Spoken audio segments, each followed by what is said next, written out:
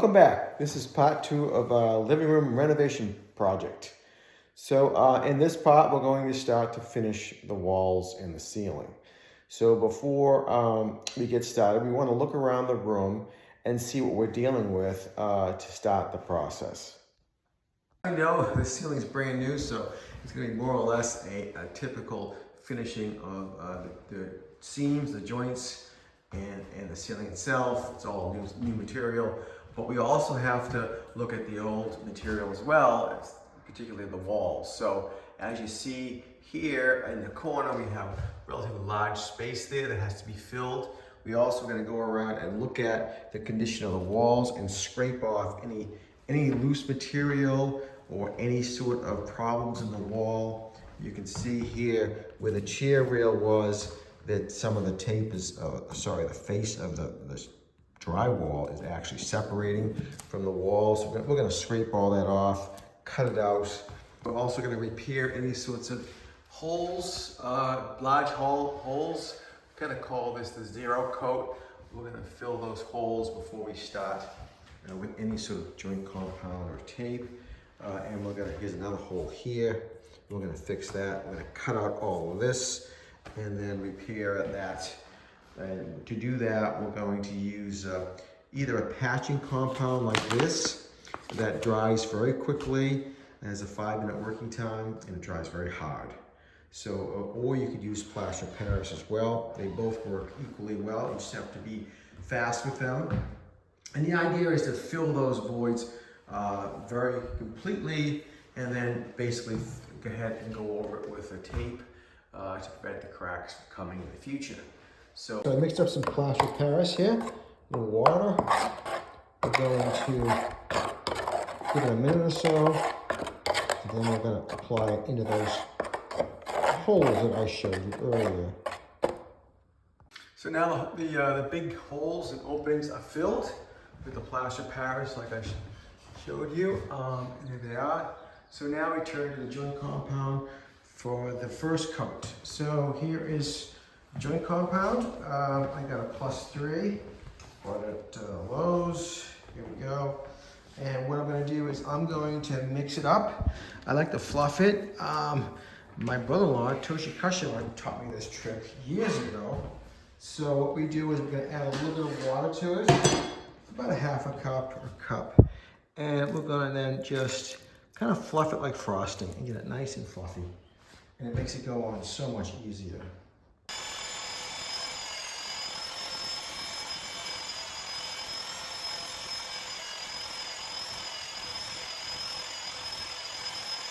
So with the joint compound all whipped up, it's time to do the first coat. So let's talk about where to start. So what I did was I laid the 12-foot sheets so that all of the butt joints ends up in this side of the room. And I did that intentionally because that's the shortest seam. If I had done it the other way, it would have been a much longer seam along that wall.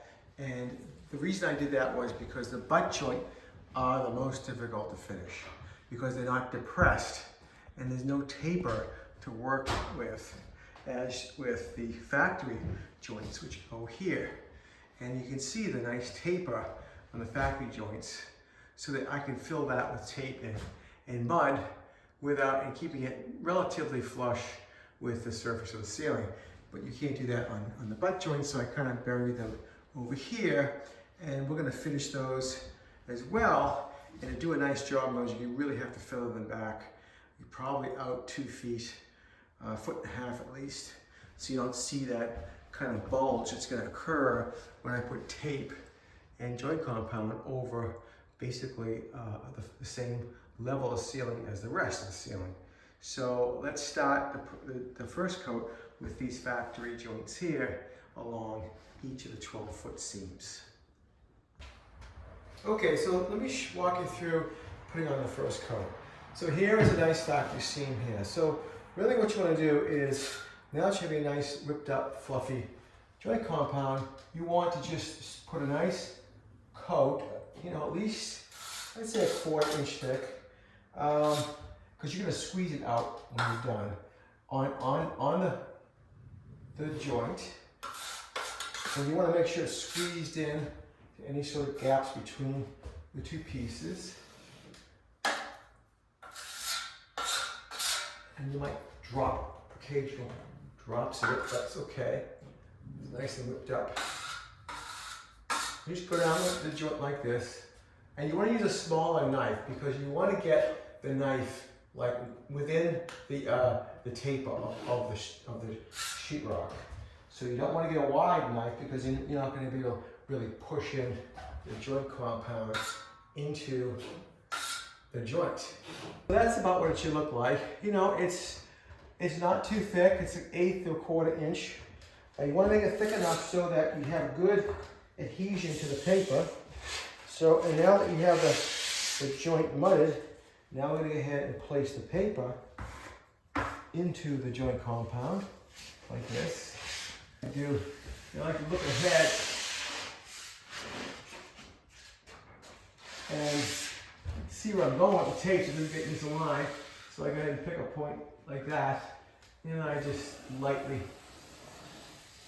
push the tape into the joint compound like this. Keep on going. Now I'm going to just work the joint compound into the tape. I'm going to make, just keep working it. You want to make sure the tape is nice and tight against the drywall. You don't want this tape any higher protruding from the surface than needed.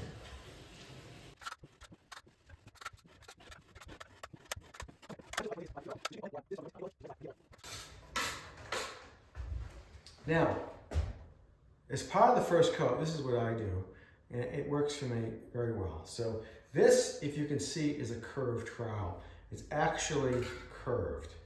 So, and what's nice about using a trowel like this is you can actually put on the second coat now. Well, not really a second coat, but close to it.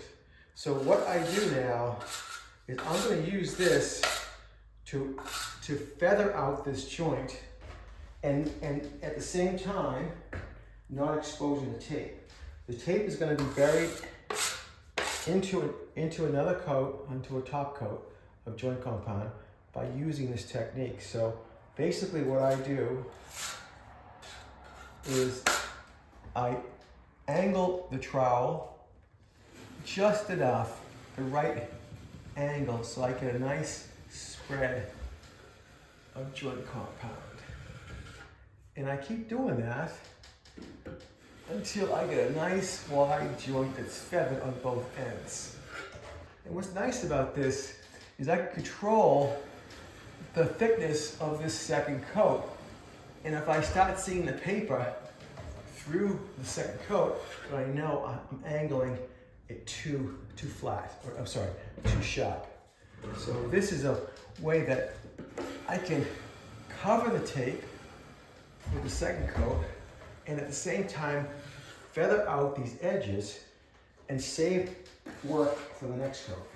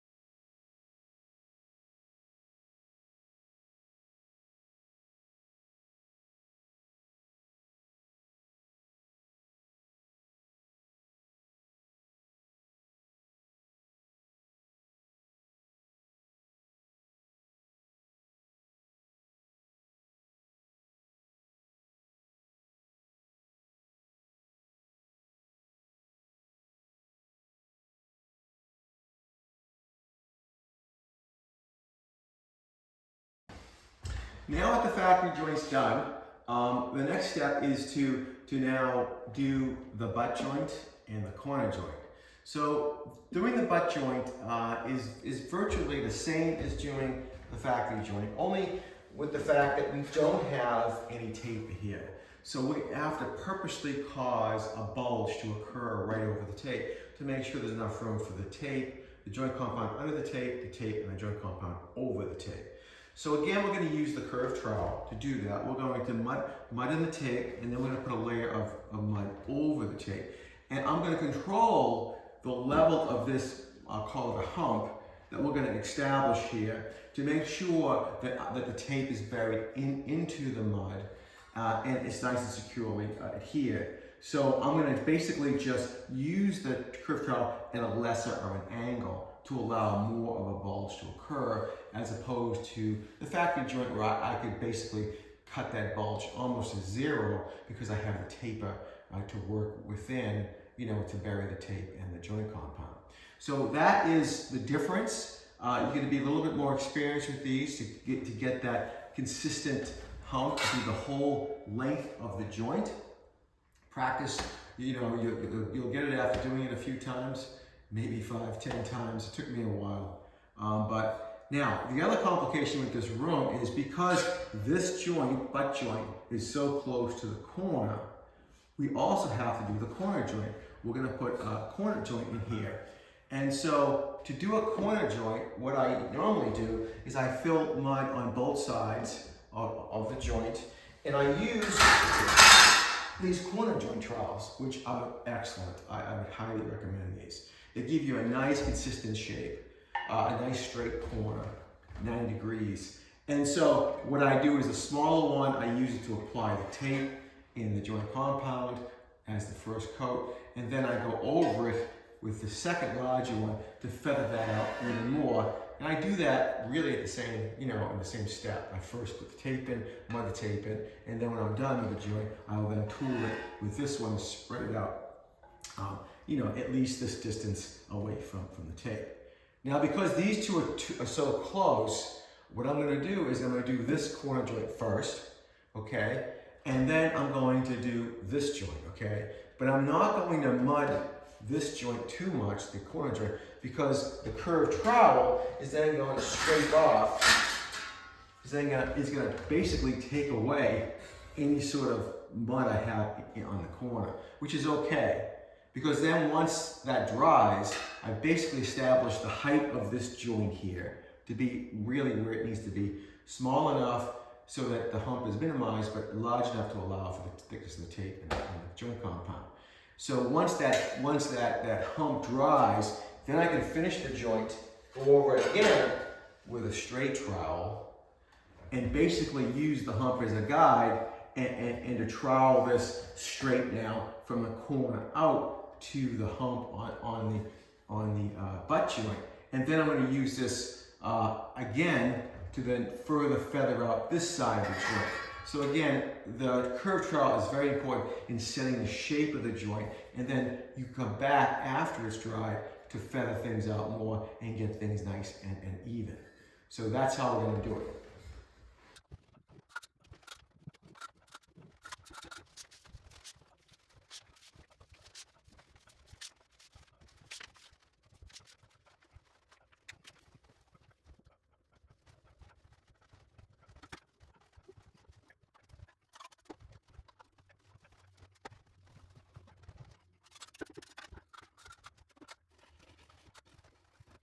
Okay, so that is the corner joint.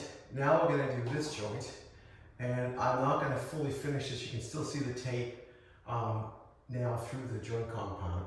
So now I'm going to go over with this one, the curved trowel, and the tape, and blend this joint into that one.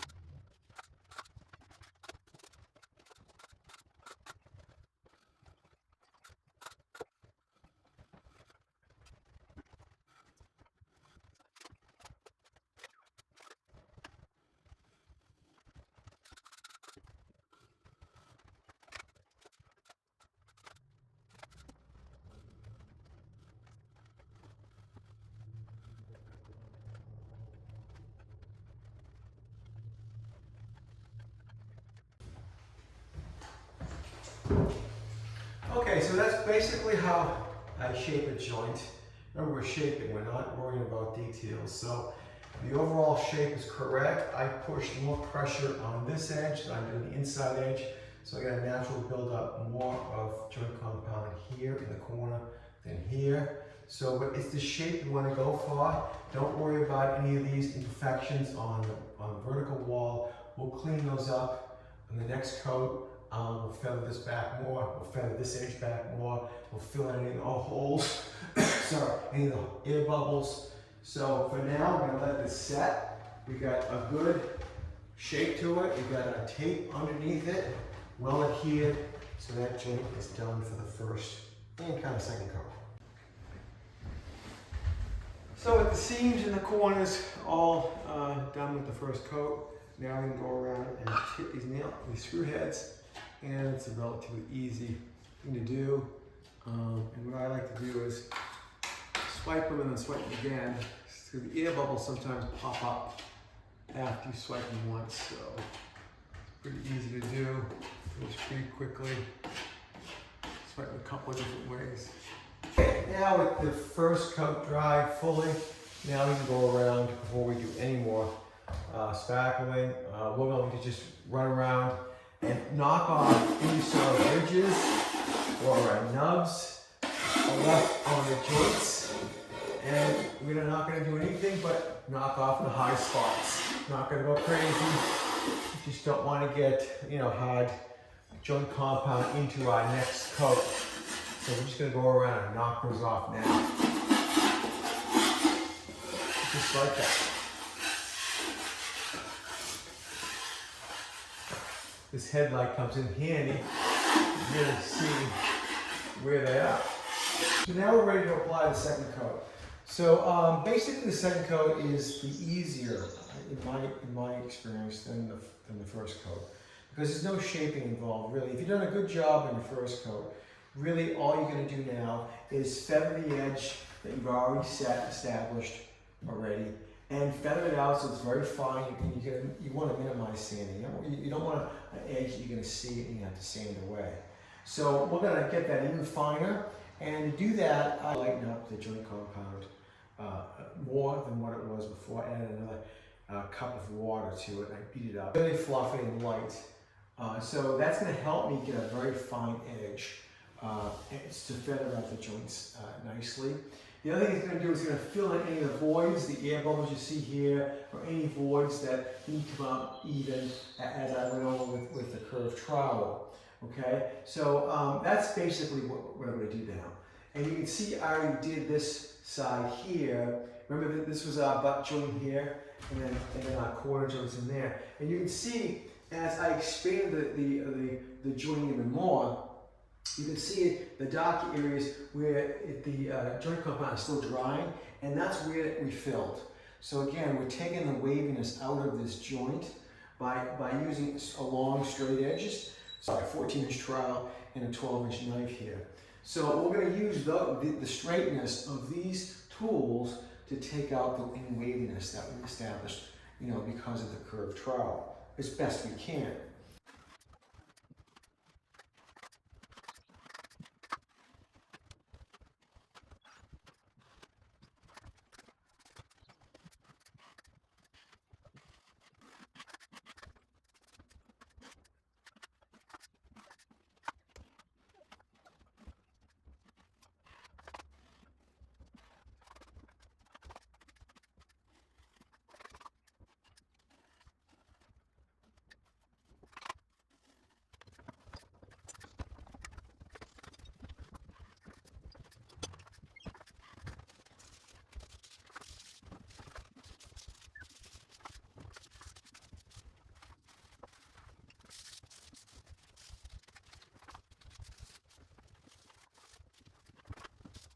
So here it is with the second coat done. Just want to show you what it looks like, how much I feathered out the joints on the side of this butt joint. A nice big feather in that one.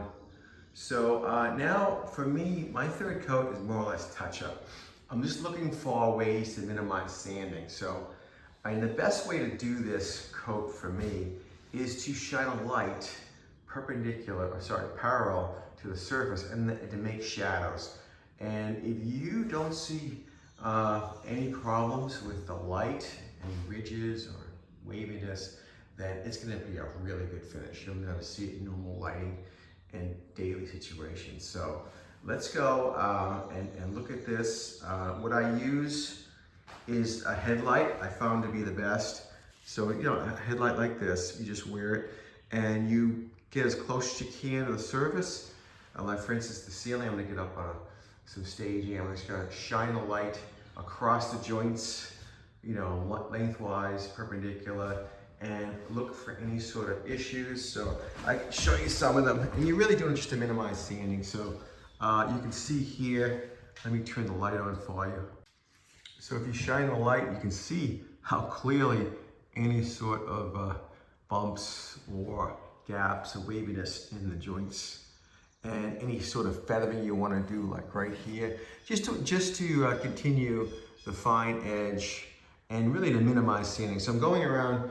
I could actually sand this coat now and get a good finish on it, but I'm not going to do that because that'll generate a lot of dust, more so necessary. So what I'm going to do is I'm going to go around and kind of feather out any of these last edges that didn't finish feathering all the way, and then we're going to then sand. So let's do that. And I'm not going to do every joint. I'm just going to go after just the blemishes and any problem areas I see. So here it is with the third coat applied. And actually it's a very good time to look at it because we're getting the sun coming down and it's giving a nice shadow on the ceiling. This is what you look for. I haven't sanded yet, but I mean, it's really good right now. So for the sanding step, I like using these sanding sponges myself. They are easy to hold, and they come in various grits. This is a medium. They don't really tell you the grit when you buy them, but it's a foam pad that has this rough surface on it, sanding surface, and they work really great. So I use a large one. I also use a smaller one, but they're great because I go over the joints and the whole surface with these, looking for, you know, any sort of bumps, ridges, or unevenness, and I sand them away with this. Okay, so here it is. The ceiling is all sanded and ready to paint. So it came out very nice. And let's put a coat of primer on it and see what it looks like. Okay, so here's what it looks like with one coat of primer on it. It came out very, very good. I'm very happy with it. So here is the ceiling with 2 coats of finished paint applied, plus the primer. Looks really good. Okay, so with the ceiling finished now it's time just to do the finishing wiring for the lights. So it's relatively easy since I already have the wires, the rough wiring in the ceiling. We just pulled out the rough wiring like this. Okay, and now we're going to prep the wires for the light box. Basically, I strip them back. I strip them back about 3.5, 4 inches. About this much.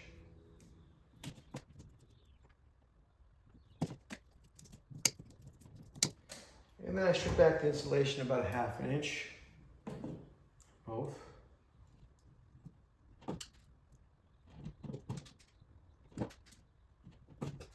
And then for the box, I'm going to use a Romex connector wire clamp. Clamp for both wires, one into the box, one out of the box.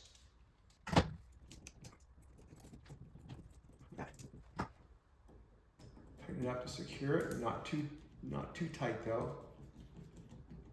Wire connected into there. Wire clamp into here, like my hand. And we're just going to tighten it up.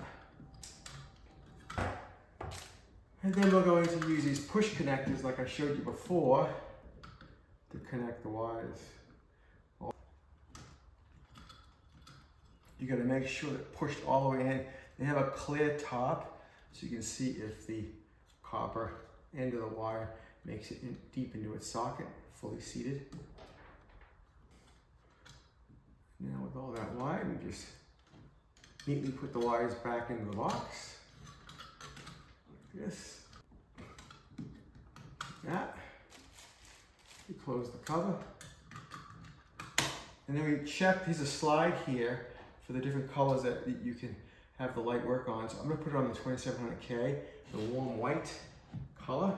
We're gonna just tuck the box into the ceiling like that.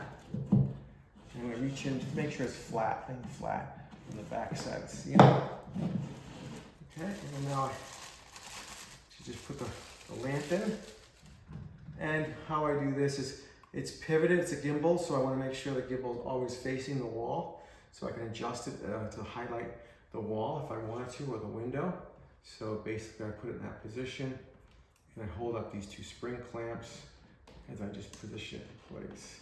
Then once it gets into the opening, it just kind of pops itself in, like that. So here's the final product, all painted, lights installed. Came out beautiful. You don't see one seam, it looks like one continuous surface. So that's going to conclude part 2 of the video series for the living room renovation. Now on to part 3.